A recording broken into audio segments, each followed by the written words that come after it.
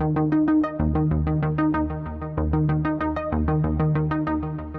Nasional Demokrat atau Nasdem belakangan jadi sorotan publik terlebih pasca pencalonan Anies Baswedan sebagai bakal calon presiden pada Pilpres 2024. Ada yang mendukung tapi tak sedikit pula yang menyayangkan keputusan tersebut. Pimpinan Partai Nasdem bergeming meyakini bahwa langkah politiknya sudah berada di jalur yang tepat. Sebagai parpol anggota koalisi pemerintah, Nasdem banyak dinilai seperti terburu-buru menetapkan mantan Gubernur DKI Jakarta Anies Baswedan sebagai Capres 2024. Ketua Umum Partai Nasdem Surya Paloh menyebut pilihan kepada Anies Baswedan didasarkan atas penilaian sebagai figur terbaik dari sejumlah kandidat, yakni Jenderal Andika Perkasa dan Gubernur Jawa Tengah Ganjar Pranowo.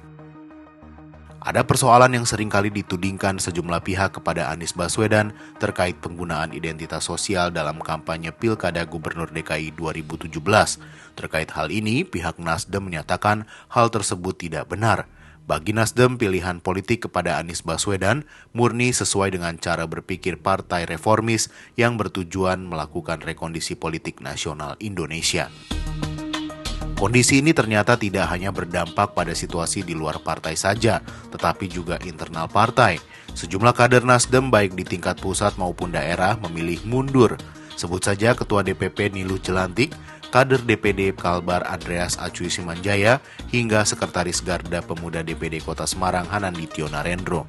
Belakangan muncul kabar juga Ketua Dewan Pertimbangan Partai Nasdem Siswono Yudhohusodo hengkang mengikuti langkah Enggar Tias Tolukita yang sebelumnya telah nonaktif dari jabatan Wakil Ketua Dewan Pertimbangan Partai. Sementara itu, dari survei kepemimpinan nasional berkala yang dilakukan Litbang Kompas, elektabilitas Nasdem sepanjang 2022 terlihat relatif berada di kisaran 4%. Nasdem muncul dengan raihan 3,5% pada Januari 2022, kemudian 4,1% di bulan Juni, dan 4,3% pada Oktober 2022. Hasil tersebut menunjukkan Nasdem masuk ke dalam kelompok papan tengah dengan tren peningkatan elektabilitas yang landai di bawah elektabilitas partai-partai semacam PKS, PKB, dan Perindo. Meskipun punya banyak strategi pemasaran yang progresif, ketiadaan dasar ideologis yang kuat membuat Nasdem belum mampu menembus elektabilitas sebagai partai besar. Alih-alih menarik pemilih karena motivasi kesukaan pada partai, Nasdem lebih banyak mendompleng popularitas tokoh capres dan menjaring efek ekor jas dari popularitas capres tersebut. Direktur Eksekutif Lembaga Survei Indonesia Jayadi Hanan menyebut Nasdem banyak meraih manfaat kenaikan elektabilitas dari pencalonan Jokowi di era pemilu 2014 dan 2019.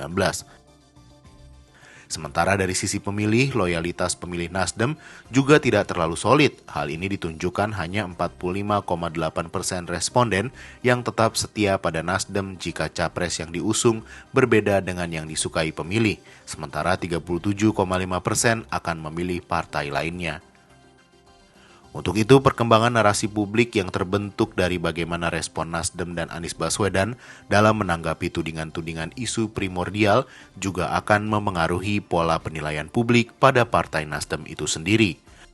Seperti yang tersirat dari pidato Ketua Umum Surya Paloh, langkah Nasdem mencalonkan Anies adalah sebuah pertaruhan berisiko tinggi bagi Nasdem dalam mencapai visi misi di pemilu 2024.